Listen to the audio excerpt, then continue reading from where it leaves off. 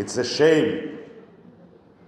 যে এরকম একটা জায়গাতে এরকম অগ্নিকাণ্ড ঘটতে পারে এবং এটাকে প্রতিহত করার মতো তাদের কোনো ব্যবস্থাপনা ছিল না। আজকে এটা একটা বিমানত হতে পারত, যার ফায়ার ফাইটিং ইমিডিয়েট অ্যাটেনশন লাগে। আল্লাহ সারাইছে এটা মানুষ ছিল না বা বিমান ছিল না, কিন্তু এখানে আমাদের অনেক কমিটমেন্ট, আন্তর্জাতিক কমিটমেন্ট এখানে ছিল। আমাদের পণ্য সময় মতো আমাদের রিসিভ করতে হয়, এক্সপোর্টও করতে হয়, সেটা ব্যাহত হচ্ছে। তো এভাবে যদি ক্রমশ ফ্যাক্টরি পরের পর অগ্নিকাণ্ড হয়, হইতে হইতে শেষ পর্যন্ত একটা আন্তর্জাতিক বিমানবন্দরে হয়, আপনারা চিন্তা করেন আন্তর্জাতিকভাবে আমাদের ভাবমূর্তি কোথায় যাবে। আজকে যদি একটা ফ্যাক্টরি মালিক হইতো, সাথে সাথে তার নামে ওয়ারেন্টি ইস্যু হয়ে যেত,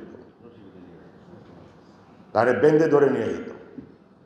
এখানে যারা দায়িত্বরত ছিল নিশ্চয়ই তারা অনেক টাকার বাজেট নিয়ে এয়ারপোর্ট পরিচালনা করে বা সিকিউরিটি সিস্টেম পরিচালনা করে। আমি মনে করি তাদেরকে আইনের গোড়া আনা উচিত। They should be accountable for God sake, এবং দৃষ্টান্তমূলক শাস্তি দেওয়া উচিত যাতে আগামীতে এটা না হয়।